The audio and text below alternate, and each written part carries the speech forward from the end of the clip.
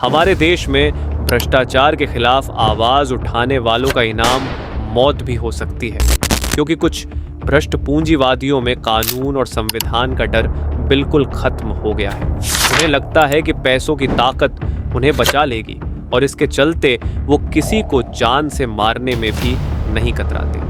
छत्तीसगढ़ के बीजापुर के पत्रकार मुकेश चंद्राकर की रॉड मार मार कर हत्या कर दी गई। आइए आज की इस वीडियो में समझते हैं कि असल मामला क्या था। जाबाज पत्रकार मुकेश चंद्राकर की हत्या की जांच के लिए गठित एसआईटी की टीम ने बड़ा खुलासा किया है। एसआईटी ने अपनी 6 पेज की जांच रिपोर्ट पत्रकारों से साझा की है, जिसने इस जघन्य हत्याकांड की परतें खोल दी हैं। जारी प्रेस नोट से पता चलता है कि जुझारू पत्रकार मुकेश की हत्या की प्लानिंग कातिलों ने 4 से 5 दिन पहले ही कर ली थी। इसमें पता चलता है कि हत्या कैसे हुई, हत्या की रात क्या क्या हुआ, कैसे मुकेश आरोपियों से मिलने पहुंचा, इस घटना को स्पेशल इन्वेस्टिगेशन टीम ने कैसे सुलझाया। आइए आपको सिलसिलेवार तरीके से बताते हैं कि एसआईटी की रिपोर्ट क्या कहती है। मुकेश चंद्राकर 1 जनवरी से गायब थे। अगली रात तक भी मुकेश का कुछ पता नहीं चला तो भाई युकेश चंद्राकर सीधे पुलिस स्टेशन पहुंचे और रिपोर्ट दर्ज कराई। रिपोर्ट दर्ज होते ही पुलिस ने मामले की गंभीरता को देख बड़े अधिकारियों को सूचना दी, जिसके बाद तुरंत साइबर सेल के बड़े अधिकारी और जवानों को उनकी तलाश में लगाया गया। मुकेश चंद्राकर के सभी मोबाइल नंबर बंद आ रहे थे। आखिरी लोकेशन रिकनपाल और जांगला सेक्टर की थी, जो भैरमगढ़ की ओर है। पुलिस अलर्ट हुई और पत्रकार समेत टीम के साथ वहां पर पहुंची, लेकिन कोई सुराग नहीं मिला। तभी मुकेश के भाई युकेश चंद्राकर ने जीमेल के जरिए आखिरी लोकेशन चेक की तो मुकेश की लोकेशन चट्टानपारा के एक बाड़े की मिली। पुलिस फौरन अलर्ट हुई और तुरंत वहां पहुंची। वहां जाकर बाड़े के पूरा एरिया का सर्च किया। पुलिस ने देखा कि बाड़े में कुल 17 कमरे थे, जिन पर ताले लगे थे। अब बाड़े के मालिक यानी कि ठेकेदार सुरेश चंद्राकर को बुलाया गया और उनके आने पर ताले खुलवाए गए, लेकिन वहां पर कुछ भी नहीं मिला। पुलिस ने बाड़े के पास एक नया सेप्टिक टैंक देखा। पुलिस ने सुरेश से पूछा कि ये क्या है, तो सुरेश ने कहा कि ये बाथरूम के रेनोवेशन का काम चल रहा है। इसके बाद पुलिस ने सुरेश से रितेश चंद्राकर के बारे में पूछा। सुरेश ने बताया कि उनकी 2 साल से रितेश से कोई बात नहीं हुई है। जानकारी के लिए बता दें कि रितेश चंद्राकर मुकेश चंद्राकर का चचेरा भाई था। पुलिस को शुरुआती जांच में रितेश पर ही शक था। इसके बाद पुलिस ने उसी रात रितेश चंद्राकर और अन्य संदिग्धों के कॉल डिटेल रिकॉर्ड CDR की जांच के लिए साइबर सेल को भेजा। इसके बाद पुलिस ने रितेश की तलाश में अलग अलग टोल प्लाजा के CCTV फुटेज खंगाले। इसके बाद 2 जनवरी सुबह 8:20 पर रितेश को कोंडागांव टोल प्लाजा पर एक थार गाड़ी CG 4001 में जाते देखा गया। CCTV के जरिए जोड़ दी गई कड्डी दर कड्डी। इसके बाद कई CCTV के जरिए गाड़ी का फॉलोअप लिया गया। अनुमान के आधार पर रायपुर एयरपोर्ट के CCTV फुटेज देखे गए और पुलिस को रितेश की थार गाड़ी एयरपोर्ट के पार्किंग में मिली। इसके बाद पुलिस ने एयरपोर्ट से उस समय की फ्लाइट से आने जाने वालों की डिटेल मांगी। जांच में पता चला कि रितेश ने 2 जनवरी 2025 को सुबह रायपुर से दिल्ली की फ्लाइट टिकट ऑनलाइन बुक की थी। वारदात के बाद रितेश चंद्राकर दिल्ली क्यों जा रहा था, इस बात से पुलिस का शक और मजबूत हो गया। पुलिस ने 2 जनवरी से लेकर 3 जनवरी की दरमियानी रात तक लगातार छानबीन जारी रखी और सबूत जुटाने की कोशिश की। इसके बाद मुकेश चंद्राकर के घर के आसपास कुल 4 जगहों पर लगे CCTV कैमरों की जांच की गई। हालांकि CCTV कैमरे मुकेश के घर से काफी दूर लगे थे और रात का समय होने के चलते फुटेज में ये तो नहीं दिखा कि मुकेश किस गाड़ी से घर से बाहर निकले थे। क्लियर नहीं होने से कुछ पुख्ता जानकारी वहां से नहीं मिली। इसके बाद एसपी ने पत्रकार साथियों से मुकेश के बारे में पूछताछ की। वे खुद सर्च ऑपरेशन में शामिल हुए और टीम की सभी गतिविधियों की निगरानी करते हुए दिशा निर्देश देते रहे। रात 3 से 4 बजे के बीच पुलिस को मुकेश और रितेश के कॉल डिटेल्स CDR प्राप्त हुए। एनालिसिस में पाया गया कि मुकेश के अंतिम कॉल से पहले 2 कॉल रितेश से ही थे। इससे यह साफ हुआ कि रितेश का मुकेश की गुमशुदगी में कोई न कोई संबंध जरूर है। गौर करें कि अभी तक पुलिस को मुकेश की कोई खबर नहीं मिली थी।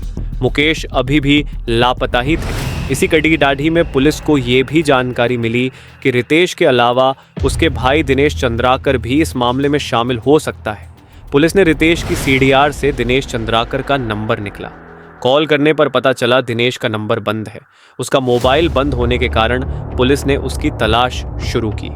3 जनवरी की सुबह पुलिस को पता चला कि दिनेश बीजापुर जिला अस्पताल में भर्ती है। इसके बाद पुलिस अलर्ट हो गई और तुरंत उसे खोजने का अभियान तेज किया। सुबह करीब 12 बजे पुलिस बीजापुर जिला अस्पताल में पहुंची, जहां दिनेश चंद्राकर अस्पताल में मिला। डॉक्टर की अनुमति से उसे हिरासत में लेकर पूछताछ की गई। शुरुआत में दिनेश ने किसी भी जानकारी से इनकार किया, लेकिन सख्ती और सीडीआर व लोकेशन के आधार पर 3 घंटे की पूछताछ के बाद उसने कबूल किया कि उसका भाई रितेश और महेंद्र राम टेके ने मिलकर मुकेश की लोहे की रॉड से हत्या की। फिर हत्या के बाद शव को सेप्टिक टैंक में छुपा दिया। बता दें कि महेंद्र राम टेके रितेश चंद्राकर का सुपरवाइजर था। दोनों साथ में ही सुरेश चंद्राकर के साथ ठेकेदारी का काम चलते थे। पुलिस को महेंद्र राम टेके के बारे में जानकारी मिलने के बाद उसे तुरंत पकड़ने की कोशिश शुरू हुई। उसे बीजापुर के नए बस स्टैंड के पास से हिरासत में ले लिया गया। पूछताछ में उसने अपना गुनाह मान लिया। घटना की पूरी जानकारी वरिष्ठ अधिकारियों को दी गई। सेप्टिक टैंक की खुदाई के लिए प्रशासनिक अधिकारी, नगर पालिका के कर्मचारियों और फॉरेंसिक टीम को बुलाया गया।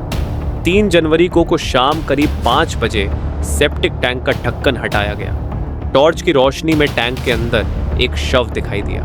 मौके पर भारी भीड़ इकट्ठा हो गई, जिसे नियंत्रित करने के लिए पुलिस बल तैनात कर जगह को घेर लिया गया। पुलिस ने शव की पहचान कराई, जिसमें पुष्टि हुई कि यह गुमशुदा पत्रकार मुकेश चंद्राकर का शव था। शव का पोस्टमार्टम के लिए पंचनामा तैयार कर मर्चरी भेजा गया। पूछताछ में खुलासा हुआ कि मुकेश चंद्राकर रिश्ते में इनके भाई लगते थे और एनडीटीवी में पत्रकार थे। मुकेश इन लोगों के ठेकेदार काम के खिलाफ खबर चला रहे थे। इसी वजह से इनके काम की जांच शुरू हो गई थी। इससे नाराज होकर सुरेश चंद्राकर ने अपने साथ रितेश, महेंद्र और दिनेश के साथ मिलकर हत्या की साजिश रची। पुलिस ने बिना देर किए दिनेश और महेंद्र को बीजापुर से और रितेश को रायपुर एयरपोर्ट से गिरफ्तार कर लिया। पूछताछ के दौरान हत्या में इस्तेमाल वाहन, लोहे की रॉड और अन्य सबूत भी बरामद किए गए।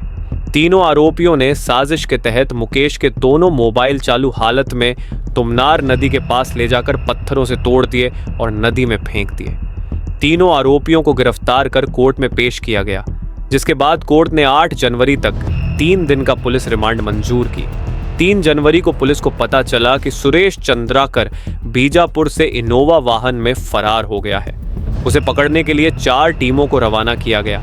2 दिन की मेहनत के बाद 5 जनवरी की देर रात पुलिस ने सुरेश को हैदराबाद से गिरफ्तार कर लिया। सुरेश ने बताया कि मुकेश उनका रिश्तेदार था, लेकिन उनके ठेकेदार काम के खिलाफ खबरें चलाकर उनकी जांच शुरू करवा दी थी। इसी गुस्से में उसने यह साजिश रची।